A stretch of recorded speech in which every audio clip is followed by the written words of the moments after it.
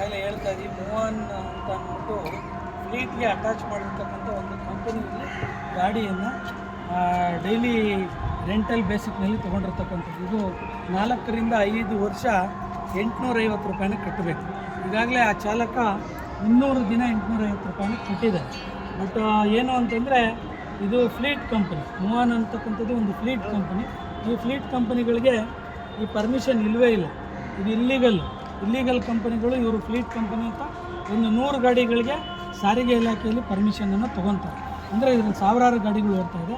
ಇದು ಯಾಕೆ ಓಲಾ ಮತ್ತು ಊಬರು ರ್ಯಾಪಿಡೋ ಇವ್ರ ಪರ ನಿಂತಿದೆ, ಇವ್ರನ್ನ ಯಾಕೆ ತೊಗೊತಾರೆ, ಗಣನೆಗೆ ತೊಗೊತಾರೆ ಅಂದರೆ ಈ ಬೆಂಗಳೂರು ನಗರದಲ್ಲೇ 3 ಲಕ್ಷ ಕ್ಯಾಬ್ ಡ್ರೈವರ್ಸ್ ಇದ್ದಾರೆ.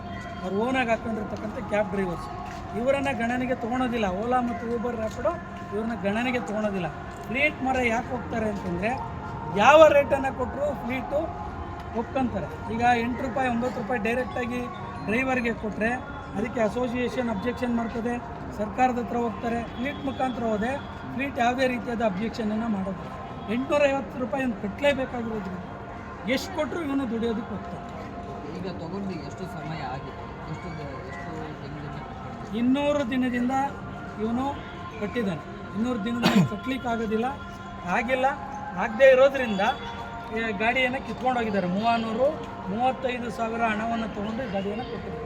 ಈಗ ಅವನಿಗೆ 200 ದಿನದ್ದು ವಾಪಸ್ ಕೊಡ್ತಾ ಇಲ್ಲ, 35,000 ವಾಪಸ್ ಕೊಡ್ತಾ ಇಲ್ಲ. ಸಂಪೂರ್ಣವಾಗಿ ಎಲ್ಲವನ್ನು ಕಳ್ಕೊಂಡಿರೋದ್ರಿಂದ ಅವನಿಗೇನಾಗಿದೆ, ಜೀವನದಲ್ಲಿ ಜಿಗುಪ್ಸೆ ಆಗಿದೆ. ಅದರಿಂದ ಗಂಡ ಹೆಂಡತಿ ಇಬ್ಬರು ಕುಡಿದಿದ್ದಾರೆ ವಿಷಯ. ಯಾಕೆಂದರೆ ಅವನ ಹತ್ರ ಸುಮಾರು ಬಾರಿ ಹೋಗಿ ಮೂವನ್ ಹತ್ರ ರಿಕ್ವೆಸ್ಟ್ ಮಾಡಿದ್ದಾನೆ. ಮತ್ತು ಊಬರ್ ವಿರುದ್ಧ ಹೋರಾಟದಲ್ಲಿ ಹೋಗಿ ಭಾಗಿಯಾಗಿ ಹೋರಾಟದಲ್ಲಿ ಕೂತು ರೇಟನ್ನು ಕೊಡ್ತಾರೆ ಅಂತ ಸುಮಾರು ಈಗ 1.5-2 ತಿಂಗಳಿಂದ ಎಲ್ಲ ಹೋರಾಟಗಳಲ್ಲಿ ಭಾಗಿಯಾಗಿದ್ದಾನೆ, ವೆಯ್ಟ್ ಮಾಡಿದ್ದಾನೆ. ಅವನಿಗೆ ಯಾವುದು ಸಿಗದೇ ಇದ್ದಂಥ ಸಂದರ್ಭದಲ್ಲಿ ಅವನು ಜಿಗುಪ್ಸೆಗೊಂಡು ಈ ಕೆಲಸವನ್ನು ಮಾಡಿದ್ದಾನೆ.